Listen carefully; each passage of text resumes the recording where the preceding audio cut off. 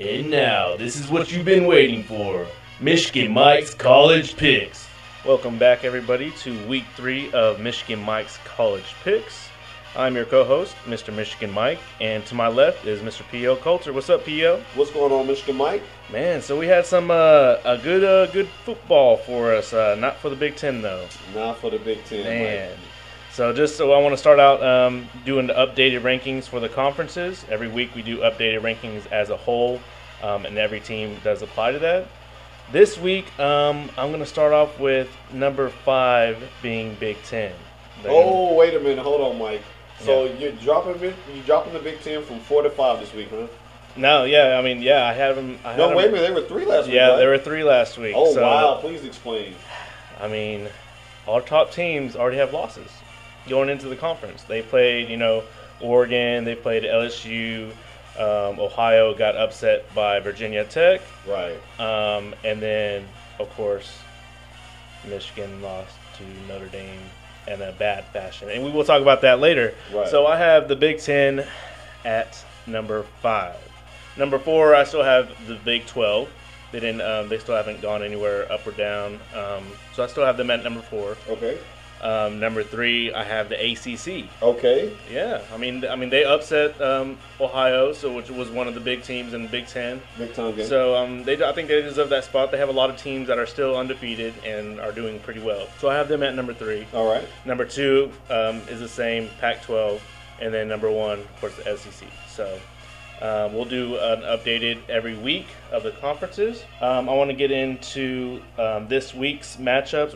Okay, Mike. But before you do, I got a question for you. Yeah, go ahead. You have the Big Ten at number 5. Do you see any scenario where any other Big Ten teams could climb back into it? To the playoffs? Yes. Yeah, I could. If the only way I see that is if Michigan State wins out, or if Wisconsin wins out. The reason being is because they played really good teams, and they played them pretty hard. Right. So LSU's a really good team, and Oregon's a really good team.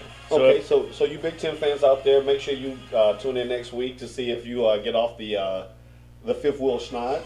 Yeah. So but if they lose or get a couple losses in the Big Ten conference, then I don't see Big Ten having a team in the top 4. I just don't see it. Right. I totally agree.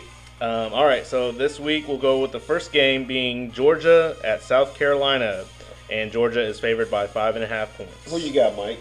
I got Georgia covering this one. They've just been playing really good football. I've been telling y'all to watch out for them, so their offense is really strong. So I think this one will be pretty exciting, but in the end, Georgia's going to pull this one out. What do you think?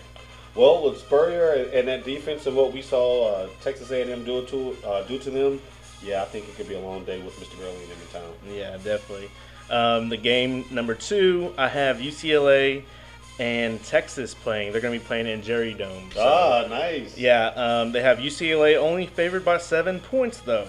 So that's kind of odd. Maybe Vegas is seeing something differently that I don't see, but I'll take UCLA on this one, probably by double digits. By double digits? Well, yeah. They did struggle on the road against Virginia, had 3 defensive touchdowns to win that first game. Yeah.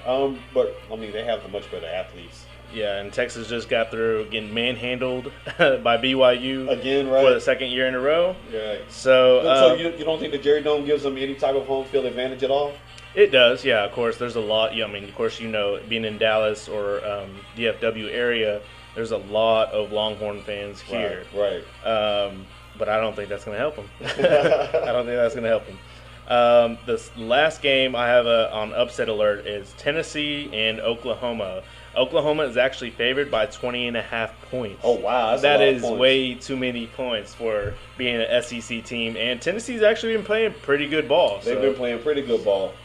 So I definitely, if Oklahoma does pull this one out, I don't see it being 21 points or 20 points. So I definitely will take Tennessee on that one. Shouts out to the home state of Tennessee. Yeah. So, and I really don't want to talk. I don't want to talk about this next subject. I know you don't, Mike, but. So we got to talk about the game, guys. Michigan ended up losing 31-0. First shutout in 30 years. Man, that's 30 years. Was it? Do I need to edit that? Did you say 30 years? In 30 years. Where do you start? We're speechless. The whole team did nothing good. They did, oddly enough, had the most total yardage. They had more total yardage than Notre Dame, but Michigan also had 4 turnovers. And basically, just like the last time they went up to South Bend and had more yards and just more turnovers and lost the close game. Yeah. This one was by no means close, though. Yeah, it was pretty bad. 4 turnovers. Gardner had 3 interceptions himself. So, what do you see us going in the future? What do you think?